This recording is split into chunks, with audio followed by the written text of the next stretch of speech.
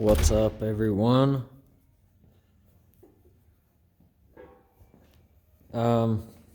So I noticed that one of the most popular terms is C5A6 tuning, and to be honest, I don't know too much really, but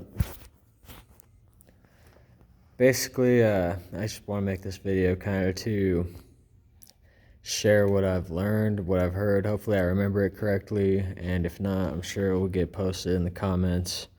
So thanks to whoever corrects me. But basically, I guess it all really depends on what you want and how much power you're going for. If you're going for insane horsepower, I know that you have to obviously change turbos, KO4s, and you might want like a new intake system, bigger injectors, delete some shit, some stuff, bigger coil pack, downpipes, turbo back exhaust and all that, a tune. But I know that the stock KO3 turbos can actually hold like a decent amount of power. So if you're just driving a street car doing autocross every once in a while, I think that you probably could get plenty out of the KO3s that are in here. I've seen a lot of cold air intakes online, but after researching that in forums, I kind of came to the conclusion that that really doesn't do too much for you, just like a loss of power for something that maybe looks a little better in your engine bay. This is what like the stock system looks like, at least in my 02 Allroad 2.0. Engine code is APB. It is Tiptronic, but if you're going for power, pretty much everyone suggests swapping to 6-speed manual transmission. I mean, there's also there's a tip tune that you could get, like a chip for the tip that can help. And I've heard some good things from a few people, but there's not as much information on tuning Tiptronics as there is just swapping to a 6-speed and then for it. And a lot of those dudes are after like really high horsepower. As far as I know, there are not any flash tunes via OBD2. So most of your options for this, unless you plan on like remapping yourself or taking it to a shop, are going to be to remove the ECU and ship it off to someone to have them tune it. You let them know like what upgrades you've done already on it, and then they tune your ECU and ship it back. They pay for shipping. You get a label in the mail.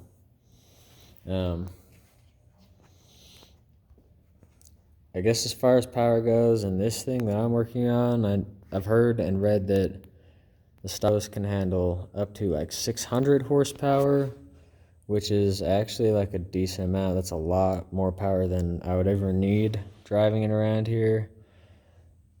So my plan is basically just to like make sure that everything in here is solid before I tune it, then get a new exhaust, probably downpipes, maybe turbo back. Just depends on like what I can find. I know Militech makes setups, and I know that you could like maybe find a Borla one. There's a couple of other really good companies. MagnaFlow sells like exhaust for these cars, and I don't really know exactly what I want it to sound like, if I'll just straight over, but I'll do that.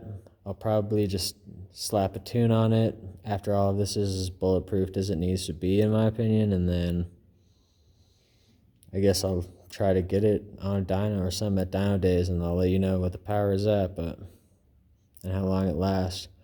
Worst case scenario, if the transmission takes a shiz on me, then that would be a pain in the butt, but I'll probably just switch it to a 6-speed manual transmission, and I've got another car to drive, so this is just a project that I'm working on. If you guys have any recommendations or information that I maybe skipped over or anything to offer that help me build my car especially, that'd be super sweet. The next video I plan on uploading after we get up in here is to install coilovers on this thing.